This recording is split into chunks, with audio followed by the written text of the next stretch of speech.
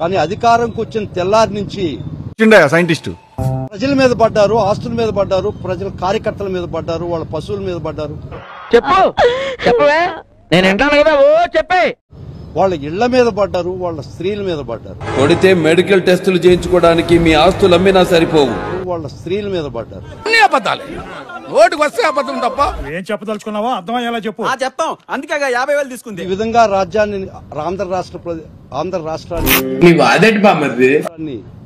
రావణ కాష్టంగా చేసి ఈ పోలీసు వ్యవస్థతో మీరు రాజ్యవేళాన్ని ప్రయత్నిస్తున్నారు. ఒప్పేసుకున్నావు నటనలో నీ తర్వాత ఎవడైనా. దానికి ఈ రోజు తార్కాణం ఎంపీ గోరంట్ల మాధవ్ని అరెస్ట్ చేసి నీకు వాడికి సంబంధం ఏంట్రా? కత్తికి బొచ్చుకి ఉన్న సంబంధం. రకరకాల సెక్షన్లు పెట్టి రిమాండ్ కి తీసుకురావడం జరిగింది. ఈ గురుగారేం లేత కాదు బాబు, ఆయన ముదిరే. ఢిల్లీలో కాదు, సీమ సందుల్లోకి రారా, చూసుకుందాం నీ ప్రతాపము నా ప్రతాపము. ఏం చదవటం సార్? చెప్పు తీసుకొట్టండి సార్. ఆ రిమాండ్ తీసుకొచ్చినప్పుడు మా ముఖ్యమైన వాదన ఏంటంటే రిమాండే చెల్లదు, రిమాండ్ ఇవ్వడానికి లేదు అని మా వాదన. నువ్వెవడరా మధ్యలో? అసలు నువ్వెవడేరా మధ్యలో? వారు చేసినటువంటి ఇన్వెస్టిగేషన్ చాలా లోపభూయిష్టంగా ఉంది. అన్ని కోర్టు వారి దృష్టికి తీసుకుపోయినాం. స్ట్రాంగ్ ఎవిడెన్స్ ఏదైనా ఉంటే చెప్పండి. ఎవిడెన్స్లు దీనికి అంతా కారణం ఏంటంటే ఒక గొప్ప స్త్రీ, ఒక pious lady. Credibility displayed in 2 things. మనం ఇచ్చే ఇన్ఫర్మేషన్ యాక్యురేట్ గా ఉండాలా, ఫేర్ గా ఉండాలి. వారిని గురించి అంటే లంగమ్మ అతను చేబ్రోల్ కిరణ్ అనే వ్యక్తి. ఏంటమ్మా ఏమైనా చేశాడా? చెప్పమ్మా ఏం చేశాడు? అతను పెట్టిన పోస్టింగ్స్, అతను మాట్లాడిన మాటలు వింటే ఓహో ఇది అదే. ఉప్పు కారం తిన్నోడికి ఎవరికైనా తిననోడికి కూడా రక్తం మరగదా అని అడుగుతుండా. అటు చూడు బే. గోరంట్ల మాధవ్ ని ఎందుకు ఎక్స్క్యూజ్ చేయాలి? నిన్న గోరంట్ల మాధవ్ తను పెట్టిన ప్రెస్ మీట్ లో లోకేష్ గారి గురించి చాలా అభ్యంతరకరమైన పదజాలంతో ఆడళ్ళకు అక్క కాదు, మోళ్ళకు బావ కాదు లోకేష్ బాబు అంటే వాళ్ళ నోటితో మొత్తాన్ని తీర్చుకుంటున్నారు. దీనికి మీరు ఏమంటారు సార్? దరిద్రుడా, ఒక్క మాట మంచిది రాదు నోట్లోంచి.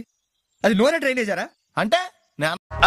అంటే అది ఈ పోస్టింగ్స్ నడిపి యూట్యూబ్ లో చూపించి, ఛానల్స్ లో చూపించి మీరు తర్వాత తూచని చెప్పి చీటింగ్ కర్తా ప్రజా వ్యతిరేకత మూటగట్టుకుంటున్నామని భావించి నాటకం ఆడి ఒక ఐవాష్ గా చేబ్రోలు కిరణ్ అరెస్ట్ చేసి చేతులు దుడుకోవాలని చూశారు. కంట్రోల్ అవ్వతే ఏమవుతుంది? నీ మొహం చూస్తుంటే ఎందుకు కోపం అట్లేదు తమ్ముడు. వచ్చిన పీకేది ఏం లేదు కదా. మీకు అందరికీ తెలుసు పాకిస్తాన్ లో కూడా టెర్రరిస్టులు ఉంటారు. ఇక్కడి నుంచి పోయి అక్కడ చేరి టెర్రరిస్ట్ పనులు చేస్తుంటారు. ఏమయ్యా ఈ పలానోడు మీ దేశంలో ఉన్నట్టు, అబ్బెబ్బే మాకేం తెలియదు, మా దేశంలో లేడని చెప్తుంటారు. అనుకున్నా అడు తిరిగి నా మీదగా వస్తాడు అనుకున్నా.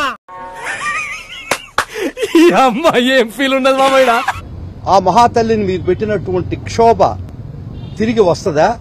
అదే మీ కుటుంబ సభ్యుల్ని అట్లా మాట్లాడిచ్చి సాక్షాత్తు జగన్మోహన్ రెడ్డి గారి సమక్షంలో అసెంబ్లీలో భువనేశ్వర్ గారి వ్యక్తిత్వానికి పాల్పడుతూ అత్యంత జుగుసాకరమైన పద్యాలంతో వ్యాఖ్యలు చేస్తున్నప్పుడు జగన్మోహన్ రెడ్డి గారు ముసుముసు నవ్వులు నవ్వుకున్నాడు కదా. మీరు చేస్తే ఆదర్శం, వేరే వాళ్ళు చేస్తే ఆవేశం.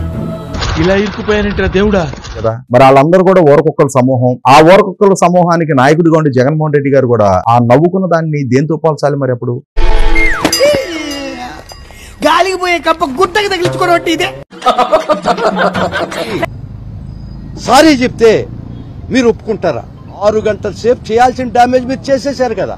ముష్టి మాటలు మాట్లాడగా నిజంగా గోరంట్ల మాధవ్ కడుపు మండి అతను చేసింది ఏంటంటే, అతను అరెస్ట్ చేసి తీసుకొస్తుంటే ఆ రోడ్ లో కారుకు ఎదురుగా నిలబడ్డాడు, అంతకన్నా ఏం చేయలేదు.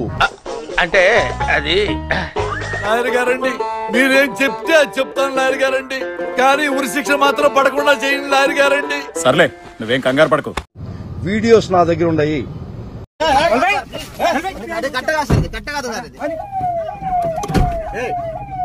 నిలబడ్డ దానికి ఎదురుగా నిలబడ్డాడు. దానికి బిఎన్ఎస్ లో ఉండి సెక్షన్స్ అన్ని పెట్టి మీరు ఆయన వేధించి అరెస్ట్ చేసి ఈ రోజు కోర్టు ముందర ఆడికి అలాగే అవ్వలేరా? 3 గంటల సేపు సుదీర్ఘమైనటువంటి వాదనలు వినిపించాం. ఇంతకీ నా క్లయింట్ మీద ఉన్న ఆరోపణలు ఏంటో? చిల్లర దొంగతనాలు, బ్యాంక్ రాబరీలు చేసావా? చేయలేదు రాజా. చేయలేదు అంటున్నాడుగా. ఓకే, చేశాడు అనుకుందాం. ఆ మాత్రం దానికి ఉరిశిక్ష చేస్తారా మీరు? నిజంగా ఒక మాట చెప్తున్నాం, ఎక్కడ తీసుకోవాలనుకుంటున్నారు ఈ రాష్ట్రాన్ని?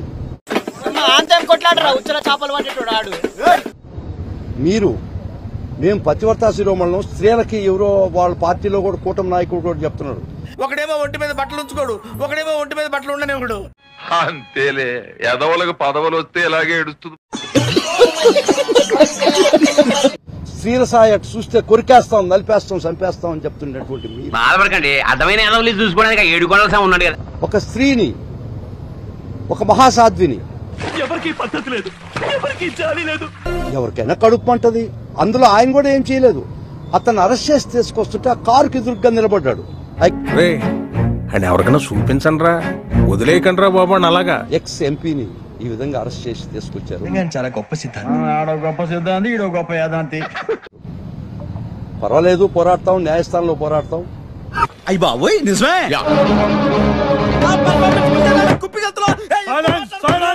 సార్ అసలు మీటెవడో నాకు తెలియదు సార్.